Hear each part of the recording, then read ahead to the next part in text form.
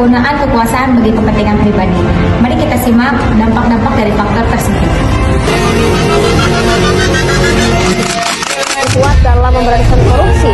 Subianto begitu keras mengadukan dugaan korupsi pada proyek yang sudah dilakukan KPK sejak awal 2020. Proses penyelidikan dilakukan secara hati-hati untuk memastikan setiap tahapan berjalan.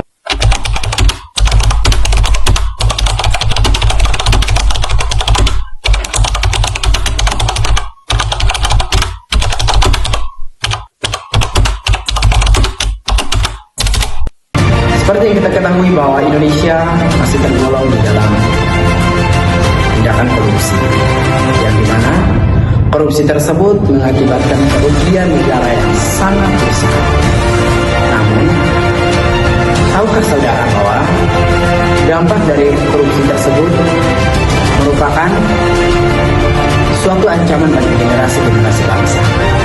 Contohnya adalah dana pendidikan yang dijalankan begitu saja, yang seharusnya menjadi masyarakat, yang seharusnya menjadi milik siswa, yang seharusnya menjadi milik mahasiswa, malah tidak tahu kemana dapat kepergian dana itu. Yang kedua, hilangnya infrastruktur atau dana infrastruktur pembangunan. Contohnya, pembangunan jalan, yang dimana kita tahu bahwa dana itu ada, yang seharusnya digunakan sedemikian rupa demi pembangunan jalan. Tapi nyatanya masih banyak jalan yang sampai detik ini belum dibangun. Tapi dananya ada.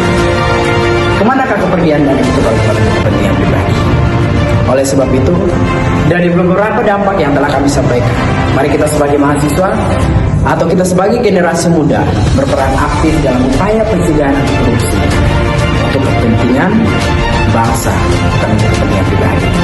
Kita telah mengenali gejala-gejala korupsi dan kita telah mengenali resiko-resiko korupsi. Namun, bagaimana dengan peran mahasiswa dalam upaya pencegahan korupsi?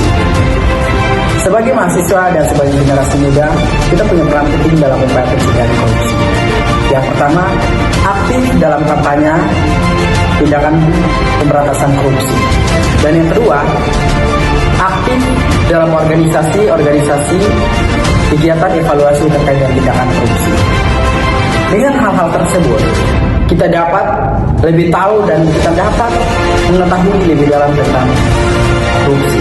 Dan dengan hal tersebut, kita bisa dapat melakukan evaluasi dan tindakan terhadap tindakan korupsi.